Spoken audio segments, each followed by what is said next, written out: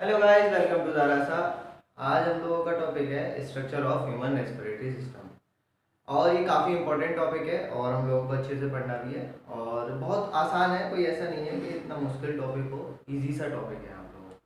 ठीक, तो चलते हैं, हम लोग बढ़ते हैं structure of human respiratory system.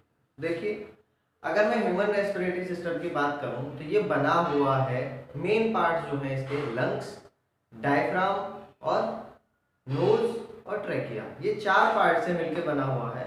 हम लोग बात करते हैं ट्रेकिया की। ट्रेकिया एक पाइप है, पाइप लाइक स्ट्रक्चर है। नोज का आपको पता है, कितने पेयर लंग होते हैं? One pair lung. पेयर का मतलब जोड़े, यानी कि दो लंग्स हमारे पास होते हैं। ठीक, वही सारी चीजें हैं, ये हमको देखनी है और ये सब चीज हमको पता रहती है पहले से। ठीक है गाइस, तो आगे हम चलते हैं। देखो, बहुत इजी है, it's very easy to understand it and the questions are also very easy. इसके क्वेश्चंस जो होते हैं वो भी बहुत ही ज़्यादा आसान होते हैं। इनको समझते हैं, फिर आगे हम लोग कंप्लीट करेंगे अपने लेक्चर्स को, देखिएगा। तो अगर मैं ह्यूमन रेस्पिरेटरी सिस्टम की बात करूं तो ये ह्यूमन रेस्पिरेटरी सिस्टम से पहले, पढ़ने से पहले हम लोग इसकी प्रोटेक्शन की बात करते हैं। हम लोग किसकी बात करते हैं? इसके प्रोटेक्शन की बात करते हैं कि इसको आखिरकार प्रोटेक्शन किस किस चीज से मिली हुई है। तो अगर प्रोटेक्शन को मैं देखूं तो हमारे पास प्रोटेक्शन के लिए क्या क्या चीजें प्रेजेंट होती हैं। देखो, मैं अपने आप पास ही लेता हूं, देखो समझो।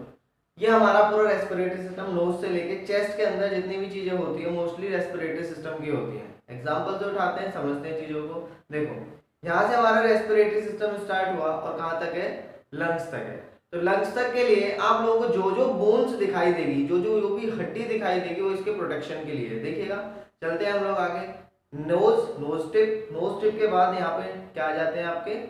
नॉस्ट्रल। नॉस्ट्रल के बाद आप अंदर चलिएगा तो ये पूरा पार्ट आपका कवर्ड अप किया हुआ है, किससे?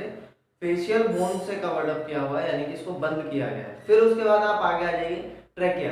ट्रेकिया के पास यहाँ पे भी हार्ड स्ट्रक्चर्स होते हैं, कार्टिलेज रिंग्स होते हैं। और ये पूरा स्ट्रक्चर जो है वो किसके अंदर बंद होता है? ये पूरा स्ट्रक्चर रिब केज के अंदर होता है। केज का मतलब होता है पिंजरा। तो इस तरीके से पिंजरा सा बना हुआ है रिब्स का। रिब्स यानी कि फसलियों का एक पिंजरा सा बना हुआ है जो कि हमारे लंग्स को प्रोटेक्ट करता है। देखते हैं, हमारे अंदर 12 पेयर रिब्स प्रेजेंट होते हैं। किस तरीके से होते हैं? ये पूरा आगे पीछे से लेके यहाँ से और ये आगे तक इस तरीके से घूमते हैं रिब्स, ठीक है ना। और बीच में एक बोन रहती है, बोन, जिसको हम बोलते हैं क्या? स्टर्नम। ध्यान देना, बीच में जो बोन है उसको क्या बोलते हैं? स्टर्नम। ये बीच वाली जो हड्डी होती है, यहाँ पे आके रिब्स लगे रहते हैं, पीछे हमारी बैक बोन में लगे रहते हैं। उसके बाद जो हमें प्रोटेक्शन मिलती है यहाँ पे, ये शोल्डर बोन्स जो है, शोल्डर बोन से हमें क्या चीज मिली हुई है? प्रोटेक्शन मिली हुई है। तो ये चीजें हैं, इसको कॉलर बोन, शोल्डर बोन भी बोला जाता है। ठीक है, आगे चलते हैं। अब ये सारा स्ट्रक्चर मैंने क्या काम किया हुआ है? कोई बॉडी ली, बॉडी तो को कट किया, कट करने के बाद आपके सामने रिप्रेजेंट किया। इधर साइड में रिब्स रिब्स रिब्स, इसके ऊपर ऐसे करके रिब्स आ रहे होंगे, बीच में ऐसे करके स्टर्नम आ रही होगी। ठीक है, वो सारी चीजें हमने हटा दी हैं। उसके आगे से हम लोगों को देखते हैं। देखो, हमारा जो ह्यूमन रेस्पिरेटरी सिस्टम है, अपनी बात है तो देखो कैसे। हमारे अंदर नोज होती है, नोज के अंदर हमारे पास नॉस्ट्रल्स होते हैं, दो बाहर यानी कि दो एक्सटर्नल नॉस्ट्रल्स और इसके बाद दो इंटरनल नॉस्ट्रल्स। फिर उसके बाद नेजल चैम्बर आ जाता है। देखो यहाँ पे क्या हुआ? नोज, नोज में दो छेद दिखते हैं, इनको क्या बोलते हैं? नॉस्ट्रल। नॉस्ट्रल के बाद क्या आ गया? Air chamber. एयर चैम्बर में, sorry, nasal chamber. Nasal chamber में क्या होता है? एयर को प्योरीफाई किया जाता है। प्योरीफाई करने के बाद एयर में अपने बॉडी के टेम्परेचर पर लाने का काम भी किया जाता है। ठीक, फिर उसके बाद एयर जो है आपकी कहाँ पहुंचती है? धीरे धीरे करके जो एयर है आपकी किस तरफ पहुंचती है? हाँ बिल्कुल, आपकी एयर पहुंचती है फेरिंग्स की तरफ। किस तरफ? फेरिंग्स। नेजल चैम्बर हम लोगों का हो गया, नोज हम लोग कर चुके हैं, समझ चुके हैं, ये भी हम लोग समझ चुके हैं। कहाँ पहुंचती है? फेरिंग्स। फेरिंग्स में डाइजेस्टिव सिस्टम में बता चुका हूं आप लोगों को, ये कॉमन पाथवे होता है फूड का और इसका। ये ऊपर वाला पार्ट नेजोफेरिंग्स होता है, ठीक है ना, ध्यान रखना, नेजोफेरिंग्स होता है ऊपर वाला पार्ट। ठीक, और ये कॉमन पाथवे है। अगर मैं इसके बराबर में बात करूंगा तो चलते हैं आगे।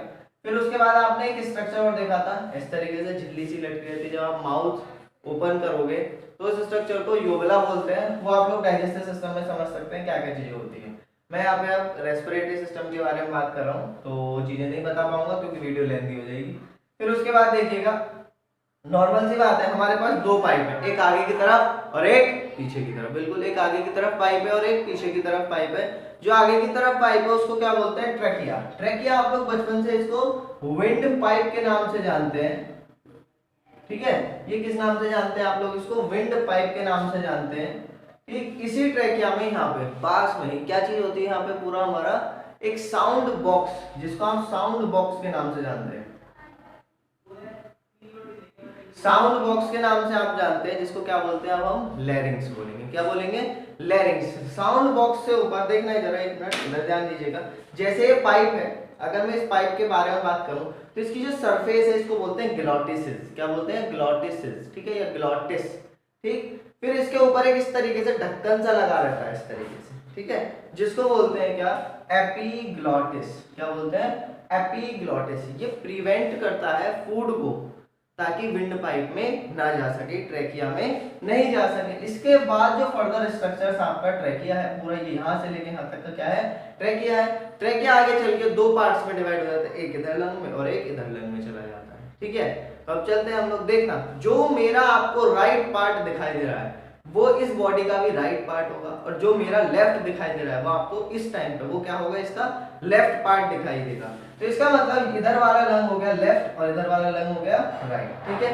तो ये सारी चीजें होगी। अब ध्यान से देखना है पूरे स्ट्रक्चर क्या चीज होती है।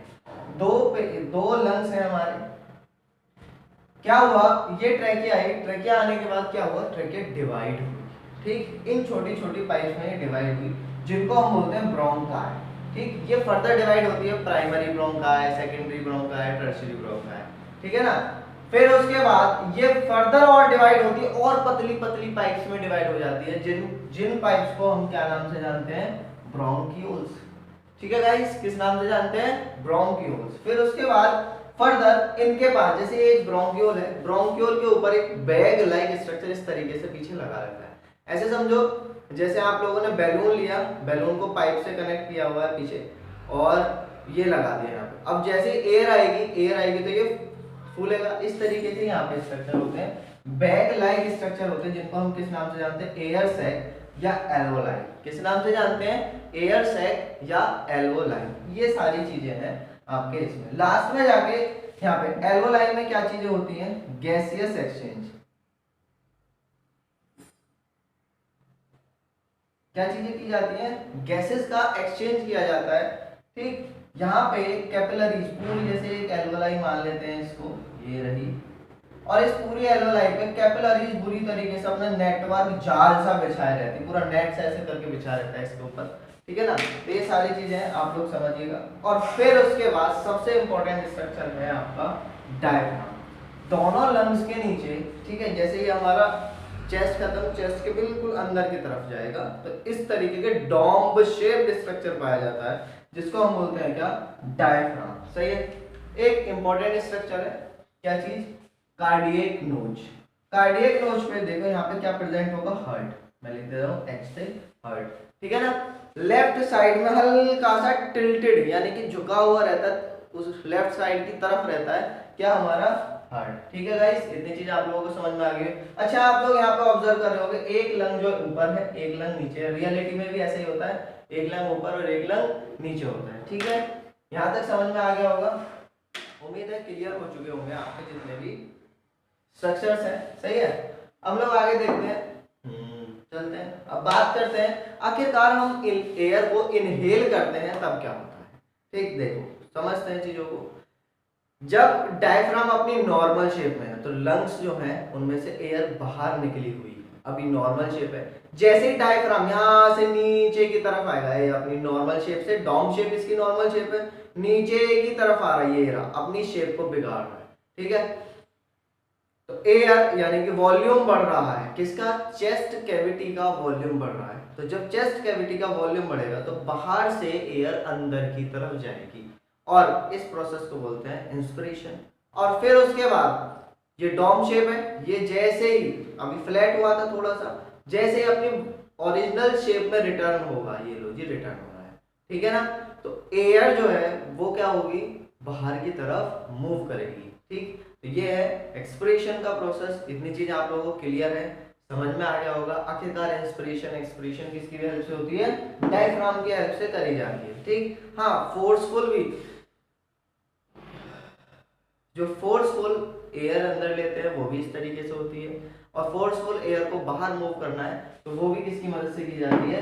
डायफ्राम की मदद से। इसके साथ में और भी मसल्स होती हैं जो कि हमारी रिब्स पे अटैच होती हैं, वो भी हमारे लिए हेल्पफुल होती हैं। किसके लिए? इंस्पिरेशन या ब्रीथिंग का प्रोसेस करने के लिए। गाइस इतना ही आज के लिए, और वीडियोस को सपोर्ट कीजिए, चैनल को सब्सक्राइब कीजिए और ज़्यादा से ज़्यादा सब्सक्राइब करिए और लाइक कीजिए। ठीक है गाइस। हाँ, एक क्वेश्चन मैं आपके लिए हमेशा की तरह छोड़ता हुआ जाऊंगा कि आपको पाथवे लिखना है कि आखिरकार एयर कैसे कैसे कैसे कैसे आती है। जैसे मैं बता रहा हूँ कैसे, पहले नोज, नोज से सीधी सीधी बात है नॉस्ट्रिल, नॉस्ट्रिल से कहाँ जाएगी? नेजल चैम्बर, फिर फेरिंक्स, फिर उसके अलावा जैसे जैसे एयर जा रही है वो आपको पाथवे लिखना है और कमेंट सेक्शन में बताना है। ठीक है guys, thank you for watching.